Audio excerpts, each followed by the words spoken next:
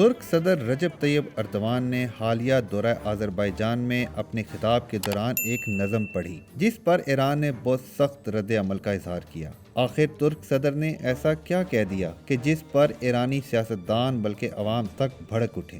مزید خبروں کو جاننے کے لیے اس چینل کو لائک کریں، سبسکرائب کریں اور بیل آئیکن کو دبا دیں۔ جی ناظرین، تو ترک رہنما جمعرات کو آذربائیجان کے دارالحکومت باکو میں تھے، جہاں انہوں نے آرمینیا کے خلاف حالیہ جنگ میں کامیابی کی خوشی میں منعقدہ جشن فتح میں شرکت کی۔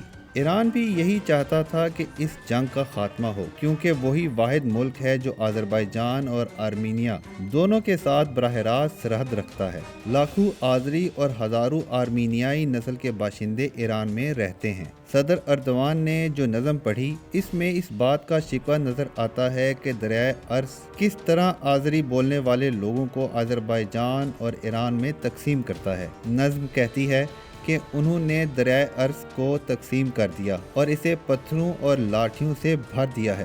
میں تم سے جدا نہیں ہوں گا، انہوں نے ہمیں جبراً الگ کیا ہے۔ اس معاملے کو دیکھنے کے لیے تقریباً 200 سال پیچھے جانا پڑے گا، جب روس اور فارس کی جنگوں کا خاتمہ ہوا تھا۔ ایران کے حکمران قاجار خاندان کو روس کے ساتھ ایک معاہدہ کرنا پڑا، جسے تاریخ میں معاہدہ ترکم خچائے کہتے ہیں۔ اس معاہدے کے تحت ایران کو جنوبی قفقاز کا بڑا علاقہ روس کو دینا پڑا اور دریائے ارس کو دونوں ملکوں کی سرحد تسلیم کیا گیا۔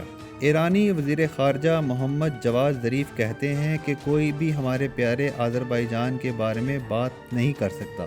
کیا انہیں نہیں معلوم کہ وہ جمہوریہ آذربائیجان کی سالمیت کو خطرے میں ڈال رہے ہیں؟ ایران کی وزارت خارجہ نے تہران میں ترک سفیر کو بھی طلب کیا اور ترکی سے اس معاملے پر وضاحت مانگی۔ وزارت خارجہ کے ترجمان سعید خطیب زادہ نے ٹویٹ کیا کہ ترک سفیر کو کہا گیا ہے کہ خواب و خیال پر مبنی خارجہ پالیسی دانشمندانہ نہیں ہے۔ انہوں نے ترک عہدیداروں کو مشورہ دیا کہ وہ تاریخ کا مطالعہ کریں۔ رد عمل میں ترکی نے بھی ایرانی سفیر کو طلب کیا اور ایران کے تبصرے پر احتجاج کیا۔